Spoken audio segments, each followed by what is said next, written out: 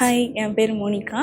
நான் வந்து BSc nursing complete பண்ணியிருக்கேன். எம்ஆர் ஹாஸ்பிட்டலில் 2 இயர்ஸ் கம்ப்ளீட் பண்ணியிருக்கேன். இப்போ ஐசியூ இன்சார்ஜாக ஒர்க் பண்ணிகிட்ருக்கேன். ஐசியூவில் வந்து நைட் ஷிஃப்ட்லாம் இருக்கா?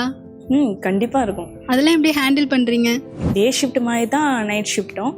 என்ன டே ஷிஃப்ட்டை விட நைட் ஷிஃப்ட்டை டபுள் கேர் எடுக்கிற மாதிரி இருக்கும். ஓகே, இப்போ டியூட்டியில் வந்து நீங்கள் அதிகமாக சொல்லக்கூடிய வார்த்தைன்னா நீங்கள் என்ன சொல்லுவீங்க? நான் இருக்கிறது ஐசியூ இல்லைங்களா, அப்போ அந்த பேஷண்ட்லாம் வந்து பேனிக்காக தான் இருப்பாங்க, ஒரீடாக இருப்பாங்க. ஏன்னா அட்டெண்டர்ஸும் பார்க்க முடியாது. அதனால் நான் ஃபஸ்ட்டு உள்ளே போனோடனே ஹேண்ட் ஓவர் வாங்கிட்டு எல்லா பேஷண்ட்டு போகும்போது கவலைப்படாதீங்க நான் பார்த்துக்கிறேன் அப்படிங்கிற வார்த்தை சொல்லும் போது அந்த பேஷண்ட் வந்து கொஞ்சம் இம்ப்ரூவ் ஆவாங்க. கொஞ்சம் மென்டலாகவும் கொஞ்சம் இம்ப்ரூவ் ஆகுறதுனால அந்த வார்த்தை தான் அதிகமாக யூஸ் பண்ணுவேன். சூப்பர். இப்போ உங்களுக்கு இந்த டியூட்டியில் உங்களுக்கு கிடைச்ச ஒரு ஹார்ட்ஃபெல்ட் தேங்க்யூன்னா எதை சொல்லுவீங்க?